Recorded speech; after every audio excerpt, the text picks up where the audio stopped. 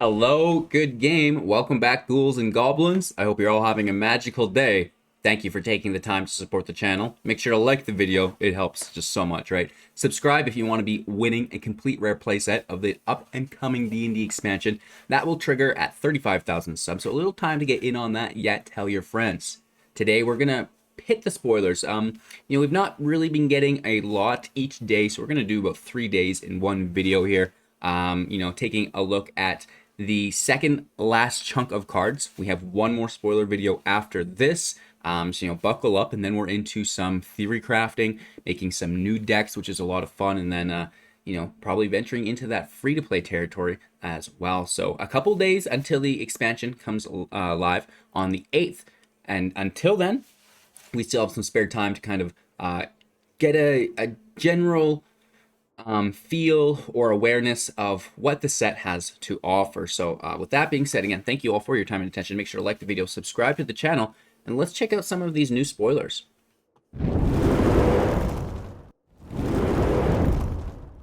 Alrighty, so we're going to go through July 5th all the way back through July 3rd. We'll start at July 3rd and work our way forward.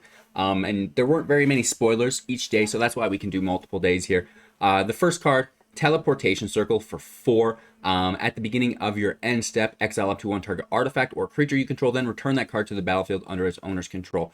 So this is just like Thassa, right? It does not have the ability to tap anything, and it is not a creature when its devotion gets triggered. However, the flicker or blink ability is still really, really nice, and it's reoccurring, right? So you're going to get that value every single turn. It is within white, so you can still, play with Yorion, and, any ETB effect is going to be absolutely amazing on this. So I like Teleportation Circle. I think it's probably going to see play. Moving on, we have a new Goblin, Hobgoblin Bandit Leader for 3 mana. Other goblins you control gain +1/+1.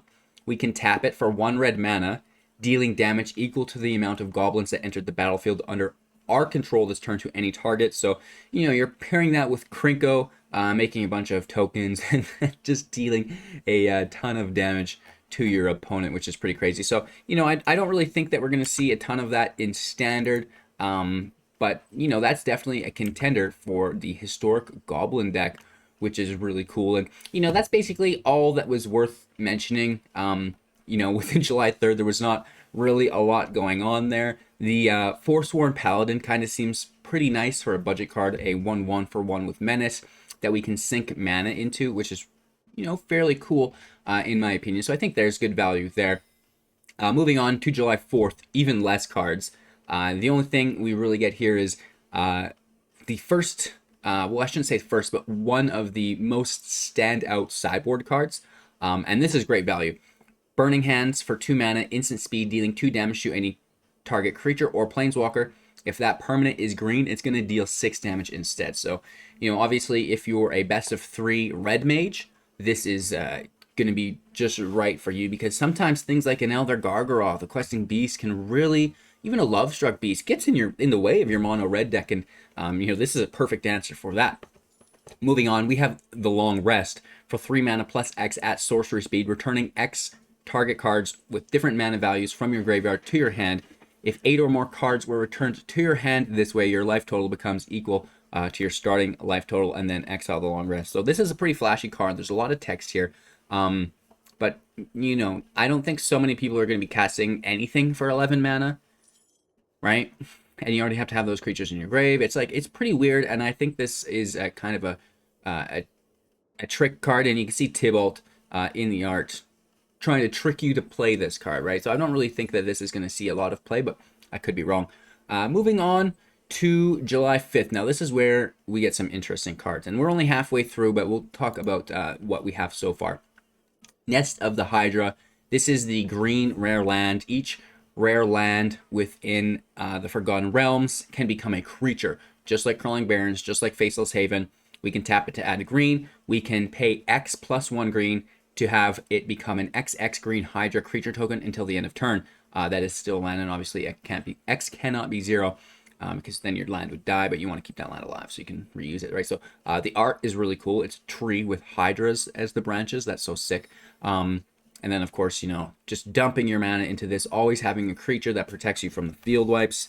I really, really like it. So I think that's going to see play, of course. And, maybe it even takes the face of this takes the place of the Faceless Haven. I don't think it'll take its face because it doesn't have one, right?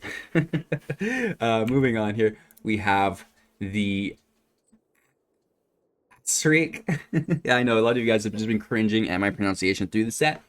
Unfortunately, I don't have any real friends to play Dungeons and Dragons with, so I don't know a lot of the pronunciations. LOL. For 3 mana, it's a zombie wizard, which is cool. And when it enters the battlefield, if you didn't complete Tomb of Annihilation, return it to its owner's hand and then venture into the dungeon, which is really, really good. I think this should be as far as the translation goes. But this is cool. It'll allow you to basically go into a dungeon for 3 mana at will. Whenever it attacks for each opponent, create a 2/2 black zombie creature token. Unless the defending player sacrifices a creature. So this is a really good commander card because we only ever have one opponent, and this gets exponentially better for each opponent you have. However, you can still use it with the dungeons, which I am sad about. There's only 3. I wish there was more. But hey, right? It's going to be a good way to work your way through those dungeons. Moving on, Skeletal Swarming. Each skeleton you control has trample, attacks each combat if able, and gets +X/+0, where X is the number of skeletons you control. Alright, that's pretty good.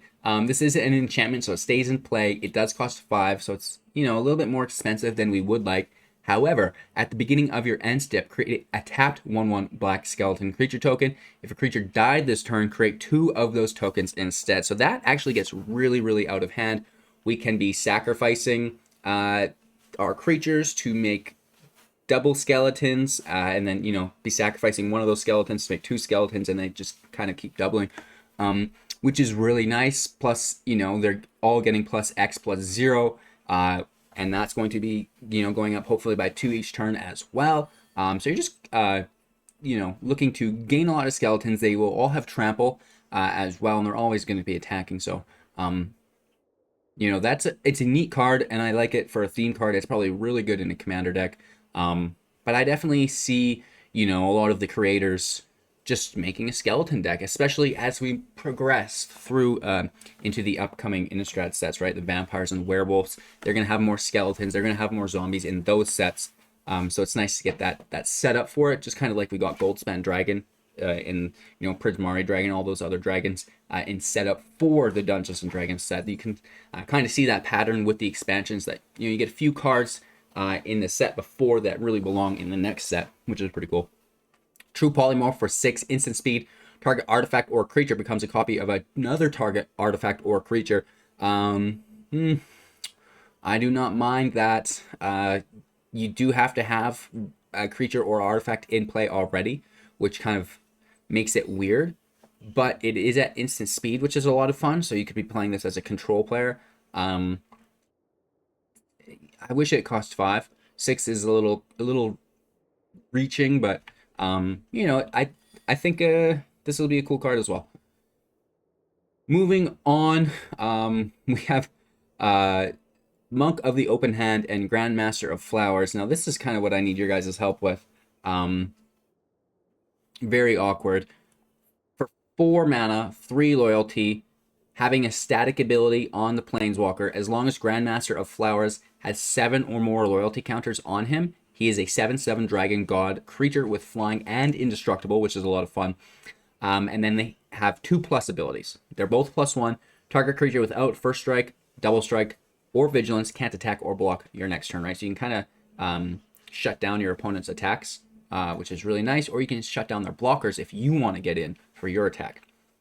+1, as the second ability, search your library and or graveyard for a card named Monk of the Open Hand, reveal it, put it into your hand, and then search your library.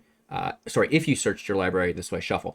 And then here to the right, we have Monk of the Open Hand for 1 mana, which is nice, really cheap to cast. It has Flurry of Blows. Whenever you cast your second spell each turn, put a +1/+1 counter on the Monk of the Open Hand, which is cool because we see the return of whenever you cast your second spell each turn. That was a mechanic that we've seen, I think in Zendikar, Clarion Spirit had it. Even I don't even know if that was in a card, but we see cards with that. Codespell Cleric has it. The Blood Sky Berserker has it as well. So that's going to go great with that synergy. And of course, you can just be free playing these from your library, basically with the +1 ability. And it's so cheap, it's easy to cost multiples. I like this. I think that's good. Moving on, we've got another sideboard card here. Divine Smite for 2, instant speed. Target creature or planeswalker an opponent controls phases out. If that permanent is black, exile it instead. Instant speed exile of creature or planeswalker for 2 mana. That's real good. And again, this is going to be a sideboard card for white against black decks. Moving on, we have the Modern Cannon. I do not even know. Oh man, it's going to be a hard couple first weeks. For 6 mana, 5 loyalty, +2, draw 2 cards, then put a card from your hand into the bottom of your library.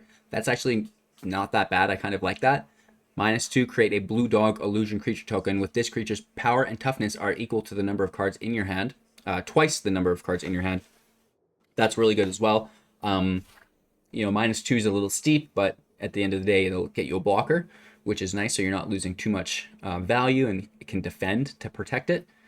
-10, exchange your hand and your library, then shuffle. You get an emblem with you have no maximum hand size, but keep in mind that you'll only have so many draws left. Say there's 4 cards in your hand when you use the ability. Now you only have 4 more draws left, so you need a way to,